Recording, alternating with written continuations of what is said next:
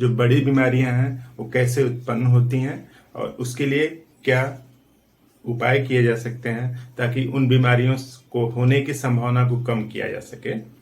Medical science बोलती है कि prevention is better than cure, यानी डिजीज बीमारी उत्पन्न हो उसको रोकना बेहतर है इलाज की तुलना में। तो आज हम लोग कुछ समझने की कोशिश करते हैं कि जो बड़ी बीमारियां हैं जैसे डायबिटीज है, कैंसर है, कार्डियोवैस्कुलर डिजीज है, यानी हार्ट से रिलेटेड डिसऑर्डर्स हैं, शरीर में उत्पन्न होने के कई कारणों में से एक सबसे महत्वपूर्ण कारण क्या है उसी को समझने की कोशिश करते हैं।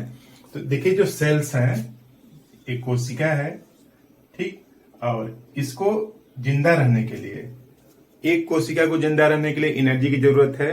तो मोटे तरीके से पूरी बॉडी को जिंदा रहने के लिए ऑक्सीजन की जरूरत लगातार कंटिन्यूअस पड़ती रहती है, आप इसको समझ सकते हैं। तो ये जो सेल है यानी ये जो कोशिका है, इसके अंदर एक छोटा सा कंपोनेंट्स पाया जाता है, उसको माइटोकॉन्ड्रिया बोलते हैं। ये माइटोकॉन्ड्रिया है, यूं समझ लीजिए कि पावर हाउस है, सेल का पावर हाउस है। एक करता क्या है कि जो भी फूड सप्लीमेंट है उसको ऑक्सीडाइज करके क्या बनाता है, एटीपी बनाता है, यानी जो फूड है उसको यूटिलाइज करता है और क्या बनाता है, एटीपी। उसी दौरान एटीपी बनने के साथ साथ कुछ फ्री रेडिकल भी बन जाते हैं।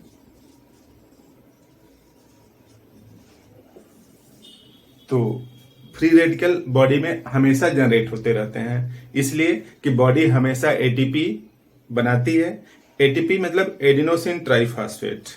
तो एनर्जी बनने के साथ साथ कुछ वेस्ट मटेरियल बन जाते हैं और वो क्या है, फ्री रेडिकल। फ्री रेडिकल अगर केमिस्ट्री में अगर समझा जाए तो फ्री रेडिकल ऐसा एलिमेंट होता है जिसके पास अनपेयर्ड इलेक्ट्रॉन हो, उसी को क्या बोलते हैं, फ्री रेडिकल। तो जो फ्री रेडिकल है अगर कम कंसंट्रेशन में है तो बॉडी को फायदा पहुंचाता है, और अधिक कंसंट्रेशन में हो जाए तो डिजीज पहुंचाता है, डिजीज उत्पन्न कर देता है। तो ये जो फ्री रेडिकल है इसको नष्ट करने के लिए जो हम लोग केमिकल्स यूज कर सकते हैं या बॉडी के अंदर जो पाया जाता है उसको बोलते हैं एंटीऑक्सीडेंट। यानी एंटीऑक्सीडेंट ही एक ऐसा केमिकल है जो कि फ्री रेडिकल का कंसंट्रेशन अगर ज्यादा हो गया है तब उसको डिस्ट्रॉय करता है। तो दो चीजें हैं, एक फ्री रेडिकल है और दूसरा एंटीऑक्सीडेंट। अगर इसमें इम्बैलेंस हो जाए तो बीमारियां उत्पन्न होती हैं।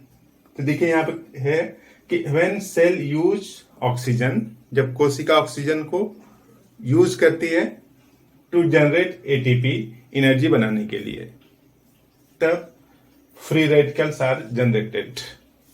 उसी समय बॉडी में फ्री रेडिकल जनरेट होते हैं। और फ्री रेडिकल बेसिकली दो टाइप होते हैं, एक रिएक्टिव ऑक्सीजन स्पीसीज और दूसरा होता है रिएक्टिव नाइट्रोजन स्पीसीज, यानी नाइट्रोजन से बने हुए फ्री रेडिकल और ऑक्सीजन से बने हुए फ्री रेडिकल।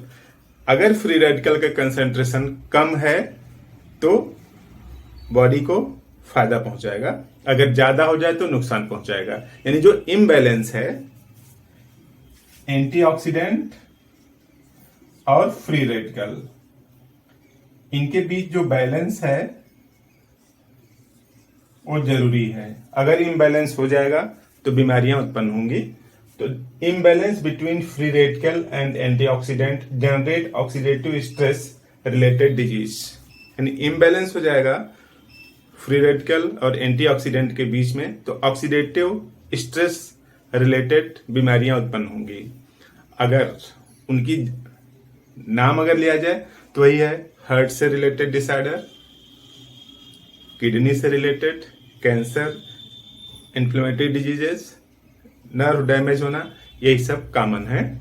तो एट लो लेवल, यानी अगर फ्री रेडिकल का जो कंसेंट्रेशन है अगर वो कम है, लो लेवल पर बॉडी को हेल्प पहुंचाते हैं। ROS and NOS exert beneficial effect. Low concentration level पर बॉडी के लिए बेनिफिशियल होते हैं फ्री रेडिकल।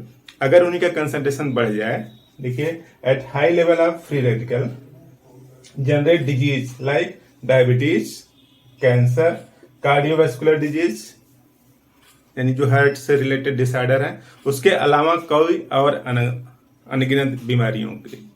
तो अनगिनत बीमारियां जो उत्पन्न हो रही हैं उसके लिए सबसे बड़ा रिस्पॉन्सिबल फैक्टर क्या है कि फ्री रेडिकल और एंटीऑक्सीडेंट के बीच में जो इम्बैलेंस है।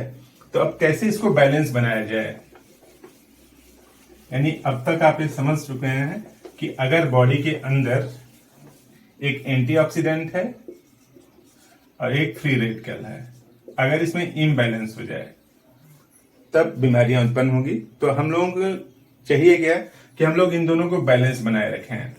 अब देखिए, फ्री रेडिकल तो जनरेट होता रहेगा क्योंकि जिंदा रहने के लिए एनर्जी की जरूरत है, तो फ्री रेडिकल जनरेट होता रहेगा। तो हम लोग इसकी सप्लाई कर सकते हैं एंटीऑक्सीडेंट की। यानी एंटीऑक्सीडेंट आप अगर यूज करते रहते हैं तो जो भी फ्री रेडिकल है बॉडी के अंदर जनरेट हुआ उसको नष्ट करता रहेगा। खास बात, एंटीऑक्सीडेंट तभी एक्टिव आएगा जब फ्री रेडिकल जैसी स्पीसीज मिलेगी इसको। तो एंटीऑक्सीडेंट का जो सोर्स है, कॉमन सोर्स क्या है? फ्रूट्स हैं, फ्रूट्स, वेजिटेबल, एंड जितने भी फल हैं, सब्जियां हैं, नट्स हैं, ग्रीन वेजिटेबल्स हैं, उन सब के अंदर प्रचुर मात्रा में एंटीऑक्सीडेंट पाया जाता है। तो इनका सेवन करते रहना पड़ेगा रेगुलर इंटरवल पे। यानी लगातार अगर आप इनका सेवन करते रहते हैं तो बॉडी के अंदर जो एक्सेस फ्री रेडिकल होगा उसको आप डिस्ट्रॉय कर देंगे। अगर वो डिस्ट्रॉय हो जाएंगे तो बीमार होने की जो संभावना है वो कम हो जाती है। और खास तौर से एंटीऑक्सीडेंट वाले मटेरियल की जरूरत तब पड़ती है जब एज 40 के आसपास या 40+ हो जाती है।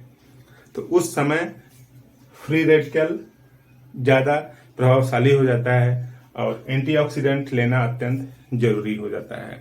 तो जो भी एंटीऑक्सीडेंट वाले मटेरियल हैं, जो नेचुरल सोर्स हैं, आप उनसे यूज करें, तब बॉडी को बीमार होने की से बचा सकते हैं आप। तो एंटीऑक्सीडेंट की अगर बात करें तो होम्योपैथी में कई दवाइयां हैं जिसके अंदर ऐसे केमिकल पाए जाते हैं जो एंटीऑक्सीडेंट वाली प्रॉपर्टीज शो करते हैं। जैसे एक बेहतरीन मेडिसिन है आयरिस versicolor।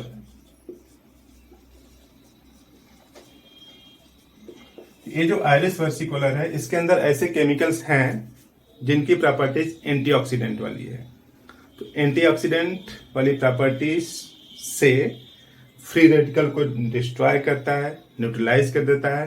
तो बॉडी स्ट्रेस नहीं जाती, ऑक्सीडेटिव स्ट्रेस में नहीं जाती, तो उससे संबंधित जो बीमारियां उत्पन्न नहीं होंगी। तो फ्री रेडिकल से बचना जरूरी है जिनकी एज 40+ हो रही है। तो इस तरह से काम की बात समझ में आई तो इस वीडियो को लाइक करें, चैनल पर नए तो सब्सक्राइब कर दें। नीचे जो रेड कलर के बटन दिख रहे हैं उसको दबा के काला कर दीजिए, बेल आइकन को भी दबा दीजिए ताकि नए वीडियो का नोटिफिकेशन आपको मिलता रहे।